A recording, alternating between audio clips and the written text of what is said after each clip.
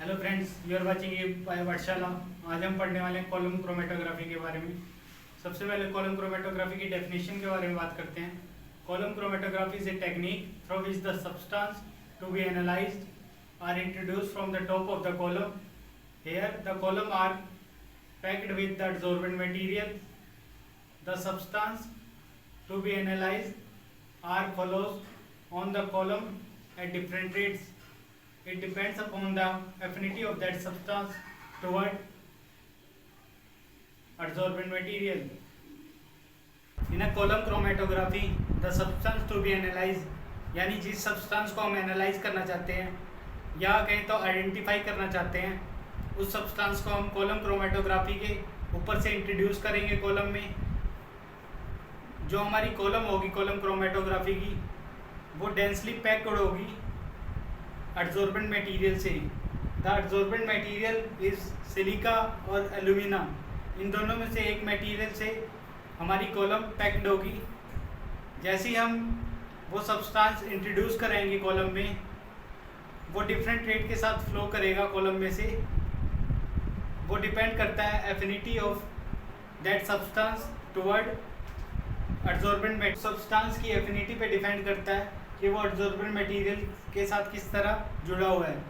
जितना ज़्यादा affinity show करेगा adsorbent मटेरियल पे, उतनी लेट इल्यूट होगा वो सब्सटेंस, और जितना कम एफिनिटी शो करेगा adsorbent मटेरियल पे, उतना ही जल्दी इल्यूट होगा, यानी उतना ही जल्दी उसकी आइडेंटिफिकेशन हो सकेगी।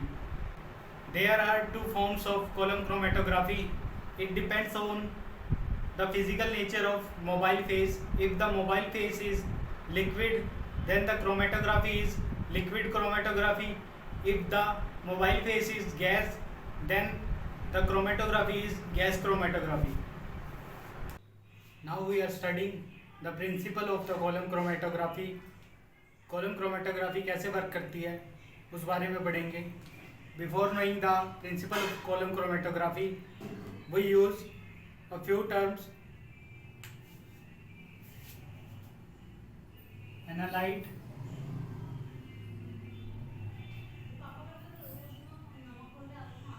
eluent. The term analyte is used for sample, and the term eluent used for mobile phase.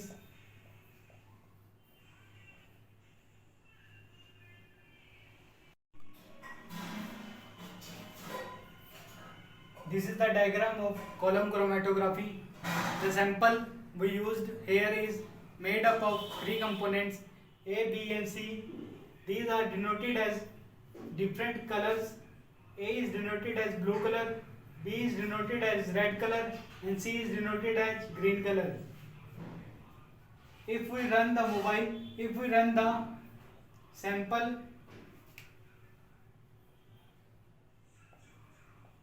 Sample को इंट्रोड्यूस कराया हमने कॉलम में। सैंपल की मूवमेंट इस कॉलम में डिपेंड करेगी सैंपल की एफिनिटी पे टुवर्ड्स adsorbent मटेरियल।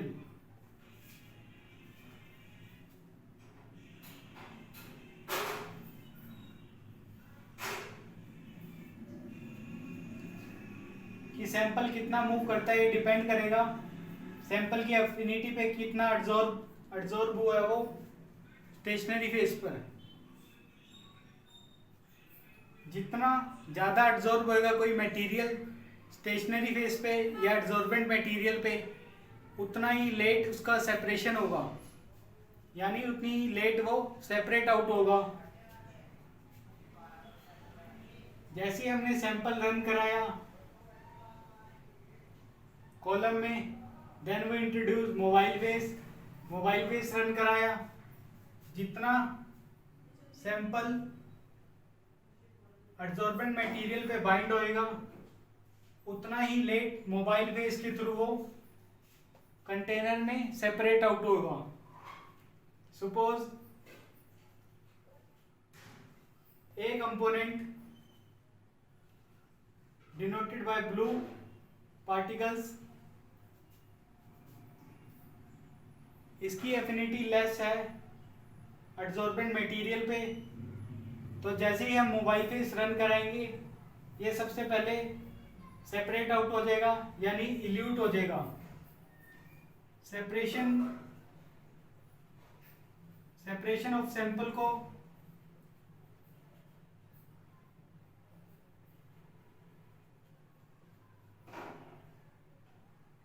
इल्यूशन कहा जाता है।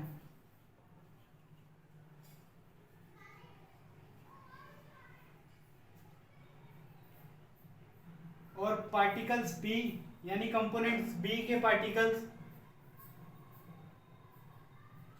ब्लू कलर से ज़्यादा एब्जॉर्ब हुए हैं तो वो लेट इल्यूट होंगे यानी लेट सेपरेट आउट होंगे। ग्रीन कलर के यानी कंपोनेंट सी जिसको हमने ग्रीन कलर से डिनोट किया हुआ है वो सेपरेट आउट सबसे एंड में होगा क्योंकि इसकी एफिनिटी स्टेशनरी फेज पे सबसे ज़्यादा है। दूसरा सैंपल सेपरेट आउट कैसे होता है डिपेंड्स करता है डिस्ट्रीब्यूशन कोफिशिएंट पे। डिस्ट्रीब्यूशन कोफिशिएंट हम कैसे फाइंड आउट करते हैं? डिस्ट्रीब्यूशन कोफिशिएंट को केडी से डिनोट करते हैं। Movement of sample in a phase A upon movement of sample of solvent in phase B. इस तरह हम केडी की वैल्यू को डिनोट करते हैं यानी जितना सैंपल का मूवमेंट ज़्यादा होगा उतना ही कोफिशिएंट की वैल्यू ज़्यादा होगी डिस्ट्रीब्यूशन कोफिशिएंट की।